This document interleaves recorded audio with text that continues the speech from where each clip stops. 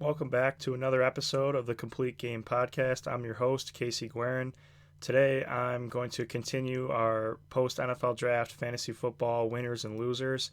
If you haven't checked out our previous two episodes with the AFC East and the AFC North, so basically what we're doing is I'm going division by division, team by team, and we're talking about which veterans in the NFL whose fantasy stock has increased and whose fantasy stock has been impaired based on the 2020 NFL draft class for each team. Who in that draft class is going to affect everybody else, the veterans, in a positive or a negative way. So please check out those previous two divisions if you haven't yet. Today we're going to be continuing this series or the segment with the AFC South division. We're going to be talking about the winners and losers, the veterans for those teams. We're going to follow the same format as the last two episodes. We're going to talk about the winners for each team first, and then we're going to go ahead and talk about the losers for each team after that.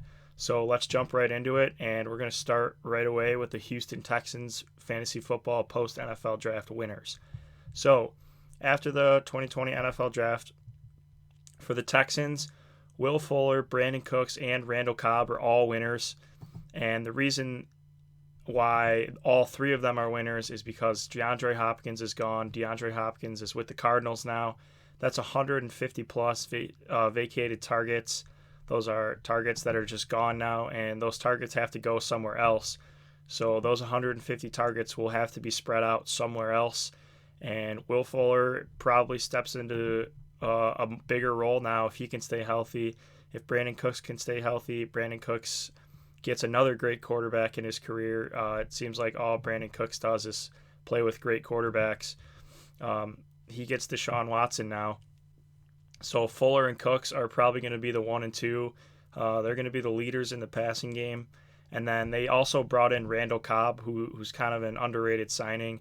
Randall Cobb had a decent season under the radar with the Dallas Cowboys last year.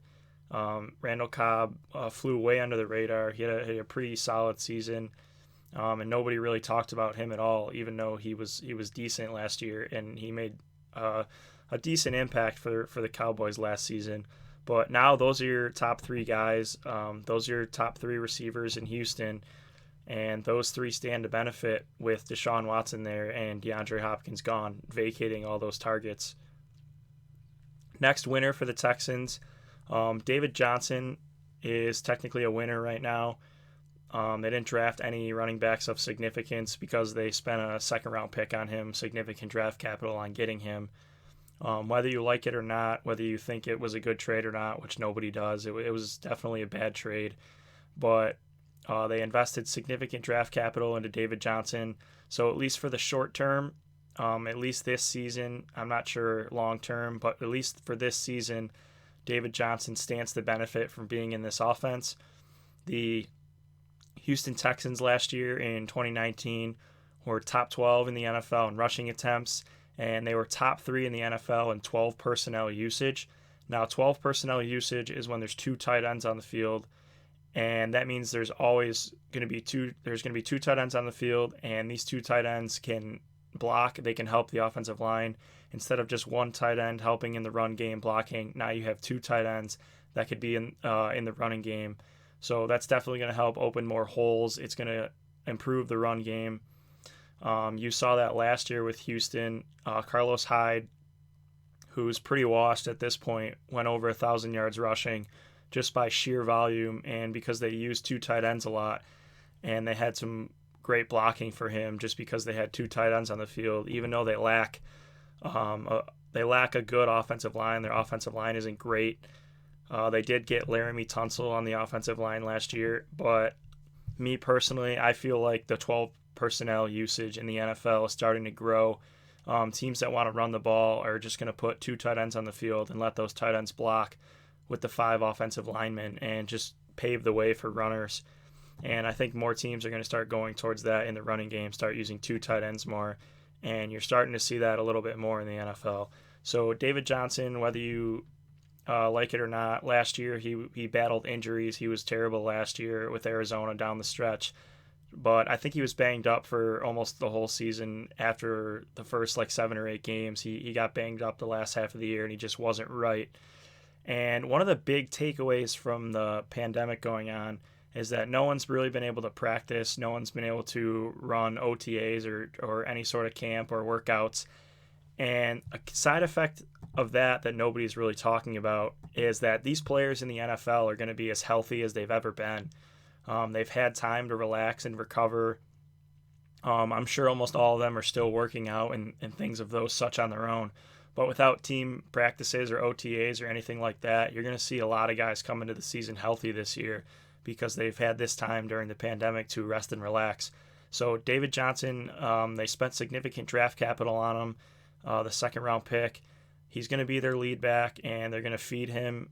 Bill O'Brien wants to run the ball. He puts 2 tight ends on the field. He's going to be one of the top teams in the NFL in rushing attempts. He's going to use David Johnson. David Johnson's going to be used, and unless he gets hurt, he's going to get touches. And opportunity is king in fantasy football. If you haven't heard that before, opportunity is the biggest thing. If he's getting the chance to get the ball a ton, he's going to be fantasy relevant. So going forward, without Hopkins and with Cooks and Fuller's injury history, so Will Fuller, he's been injured a lot. Brandon Cooks has the concussion problems. Hopkins is gone. So let's say there's a scenario where obviously Hopkins is gone, and then either Cooks or Fuller or both of them are injured, and that just leaves Randall Cobb and Kenny Stills, which that's not really a great passing attack at that point. So let's say that scenario arises.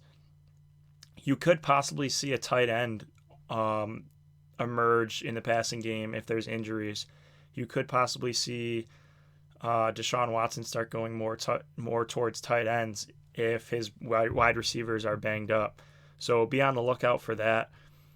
David Johnson could also see an increase in targets if that scenario were to happen, or even Duke Johnson as the backup there could see an increase in targets as well in the scenario where Cooks and or Fuller are injured and can't play, which is not that much of a that could definitely happen. It's not much of a far-fetched scenario. We can see that as fantasy football players. We can see that happening where they're both injured at some point. So if that happens, you could possibly see David Johnson, Duke Johnson, or one of the tight ends step up and start securing more targets. So just be on the lookout for that. The tight ends on Houston's roster right now are Darren Fells, Jordan Thomas, Jordan Akins, and Kahale Warring. Now, Kahale Warring was a rookie last year. He's going to be one of my favorite sleepers in fantasy going forward the next few years. He didn't play at all due to injury last year as a rookie. He's a third rounder out of San Diego State.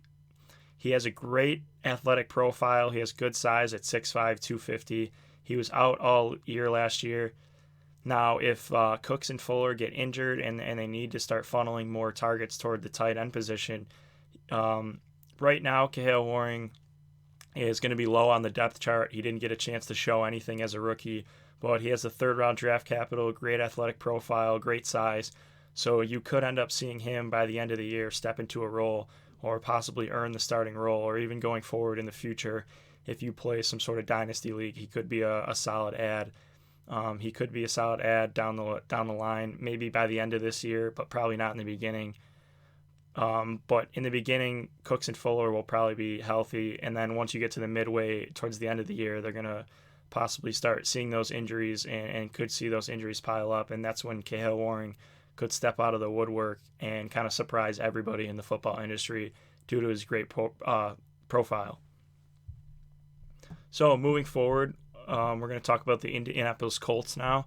So the winners, fantasy-wise, for the Indianapolis Colts, Phillip Rivers is a winner. Phillip Rivers goes to Indianapolis. He's going to be the starter. He gets one of the best offensive lines in football. The Chargers didn't have that solid of an offensive line last year, which is kind of why he fell off a little bit, and it's because of his age. That's a big factor too, but now he gets one of the best offensive lines. He's going to get time to throw. He still has T.Y. Hilton there. T.Y. Hilton, I love T.Y. Hilton. He's fast. He's dynamic. He makes big plays happen.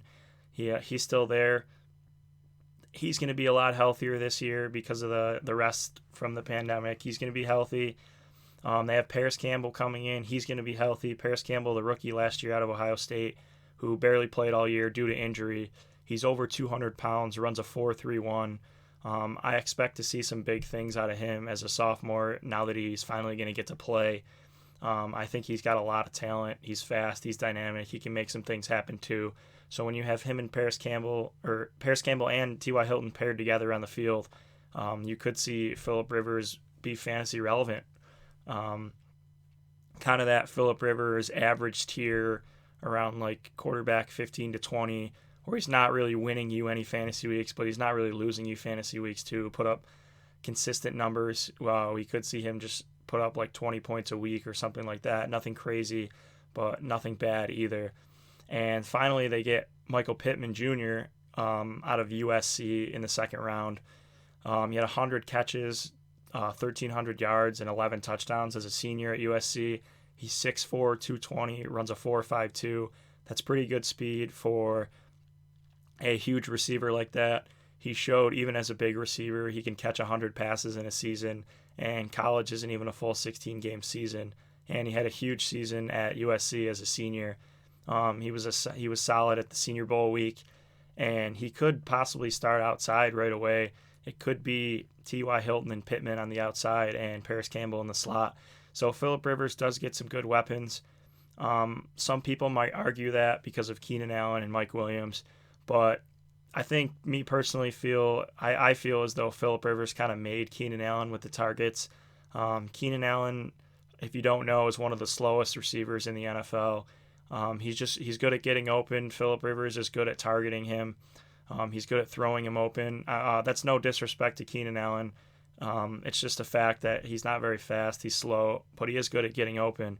But now you get Phillip Rivers, T.Y. Hilton, Paris Campbell, guys who are extremely fast. And then he does get that big threat in Michael Pittman too as well. So he kind of has three solid receivers now and a good offensive line to throw. And he also has a good running game. So Phillip Rivers definitely, although he was bad last year in fantasy, he was bad last year in real life, you could see some sort of decent season out of him this year. You could see some sort of better season this year than you did last year. T.Y. Hilton and Paris Campbell also get fantasy upgrades here because they get better and more experienced QB play. I'm kind of a fan of Jacoby Brissett. I like him. I think he does some really good things as a quarterback. But Jacoby Brissett showed last year that he's not really a risk taker. He'll check the ball down. He'll run the ball to stay safe. He won't put the ball in harm's way. Where we've seen Phillip Rivers, who's more of a risk taker, he's not going to run. He's going to stand in the pocket, and he's going to try and throw the football and deliver the football down the field. So T.Y. Hilton and Paris Campbell could be upgraded fantasy-wise because of this. Phillip Rivers is more experienced. He's going to take risks. He won't run. He's going to throw the ball. And I think that's a huge upgrade for T.Y. Hilton and Paris Campbell as they kind of move away from the safe, risk-averse Jacoby Brissett. The Jacksonville Jaguars fantasy winners from the post-draft. Gardner Minshew is a huge winner. They didn't add any significant quarterbacks.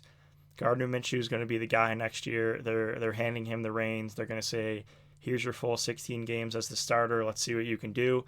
And if he's the guy, then that's great for the Jacksonville Jaguars. And if he's not, they'll likely try to target a quarterback in the 2021 draft. But for 2020, the team is his. The Jacksonville Jaguars are going to be his for 16 games this year. So he's a winner just based on the fact that he's a starter. Showed some good things last year as a rookie, also showed some bad things, but there's definitely some fantasy value there. He provides a little rushing too, and they went out and got him another weapon in the draft. They got Laviska Shenault in the early second round out of Colorado. He had a huge sophomore year at Colorado. He's really big. He's 6'1", 225. Even though he's big, they gave him a ton of rushing attempts, even as a big wide receiver. He had 17 rushing attempts in his sophomore year, 23 his junior year. He's coming out early, which is awesome. Guys that come out early usually have a chance to do big things in the NFL. I'm not sure the exact statistics behind it, but more juniors that come out early are top 12, top 24 fantasy wide receivers than guys that are seniors. Shenault had a big sophomore year. He did it at a young age, and when you produce at a young age like that in college, that means you're probably a pretty solid football player if you can produce when you're young, 18, 19 years old. He's big. He has rushing upside. He's dynamic. He does a lot of things. He's a big guy, and he's going to be a good weapon, I think, for Gardner Minshew for sure. With the addition of Laviska Shenault, that also upgrades DJ Chark a little bit, and I believe it upgrades DJ Chark because Shenault is going to kind of take away double teams. Chark's not going to have to carry the load all by himself anymore. I love DJ Chark too. I don't think the Shenault draft pick does anything to harm DJ Chark at all. And I think DJ Chark won't have to see number one coverage anymore. He's not going to see double teams anymore. And I think you're going to be able to see Chark and Shenault coexist a little bit. And I expect pretty big things out of Shenault. Even as a rookie, I like him a lot as a player. He's big, he's dynamic, he can do a lot of great things. They invested some significant draft capital in him early in the second round. So I like both of them. I like them to coexist. I think they can both do good things. And Gardner Minshew definitely gets an upgrade by being the starter, and he has Chark, and now he has Shenault too. And Leonard Fournette is also a winner for the Jaguars. Fournette doesn't really gain any competition. He was third in the NFL in touches last year. He's still going to get plenty of opportunity. It'll be crazy if he only gets 3 touchdowns again or some sort of stat like that. His touchdowns should positively regress. He should. I mean, crazier things have happened, but hopefully he can get more than 3 touchdowns next year. He had 100 targets, 76 catches. That's likely to go down a little bit with Chris Thompson in town in Jacksonville, the third down speed pass catching back, and Jay Gruden is now the offensive coordinator there.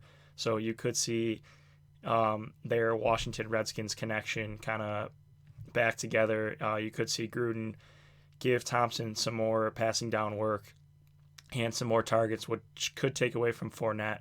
But even if Fournette drops a little bit, he goes down to maybe 60, 50 catches. That's still solid, assuming his touchdowns will go up from 3 to hopefully 5, 6, 7, 8, or hopefully more, but hopefully they just go up a few from 3.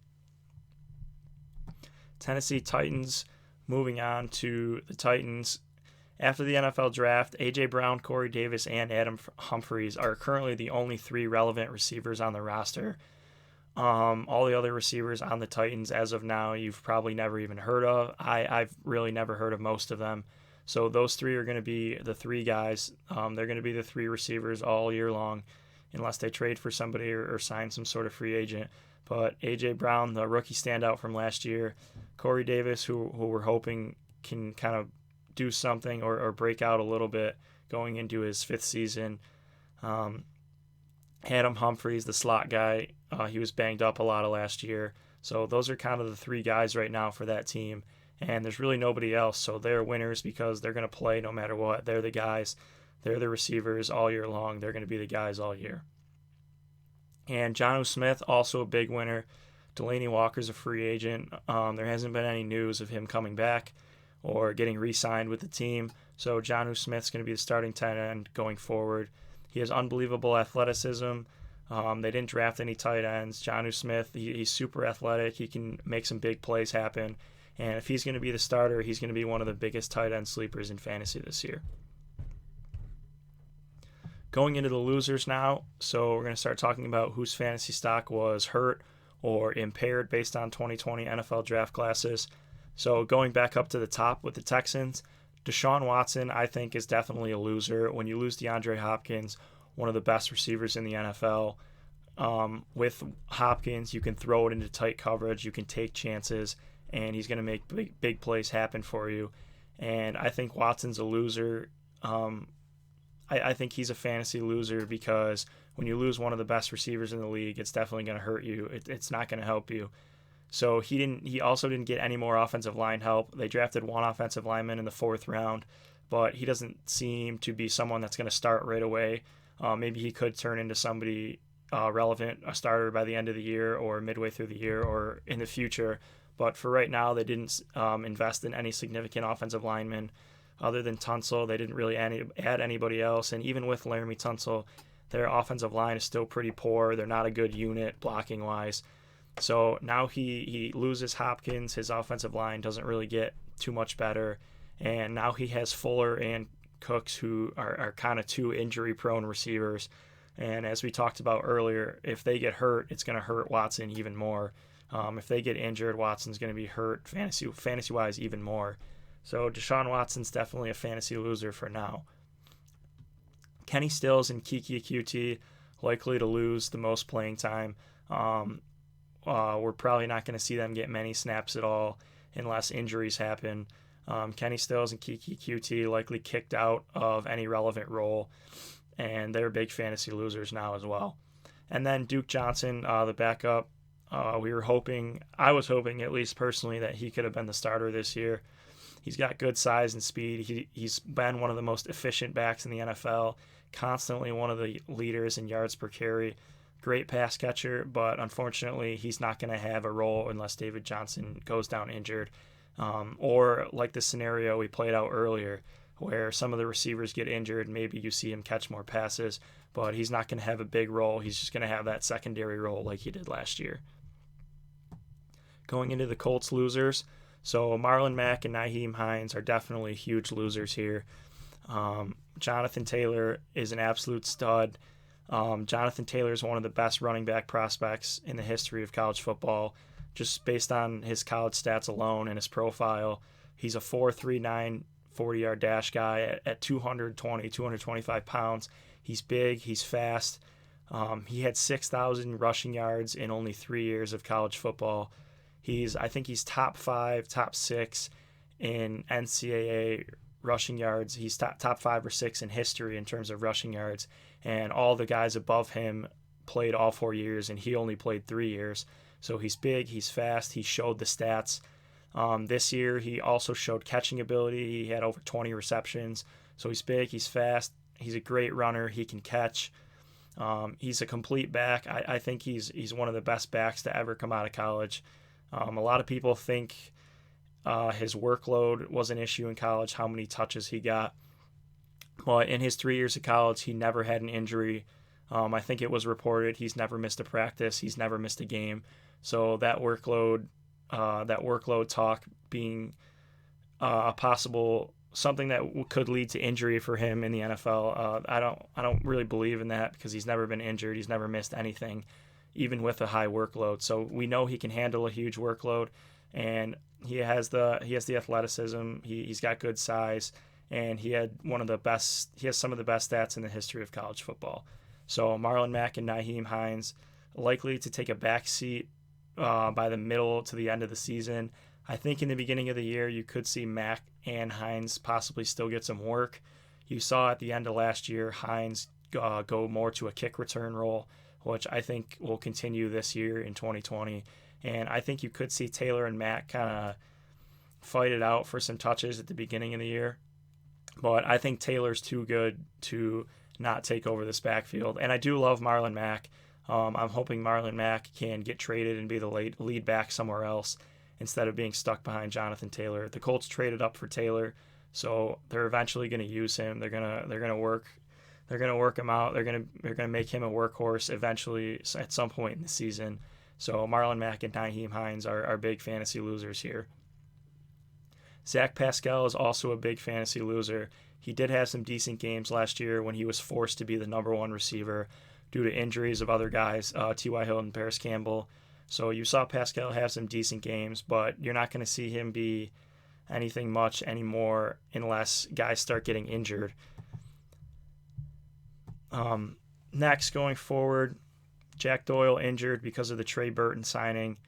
Trey Burton is in Indianapolis now, if you did not know that. And although Trey Burton hasn't done much in his career, he's still going to be a threat to Jack Doyle. So both of those guys are probably going to cancel each other out. I don't expect either of them to do that much unless the other one gets injured.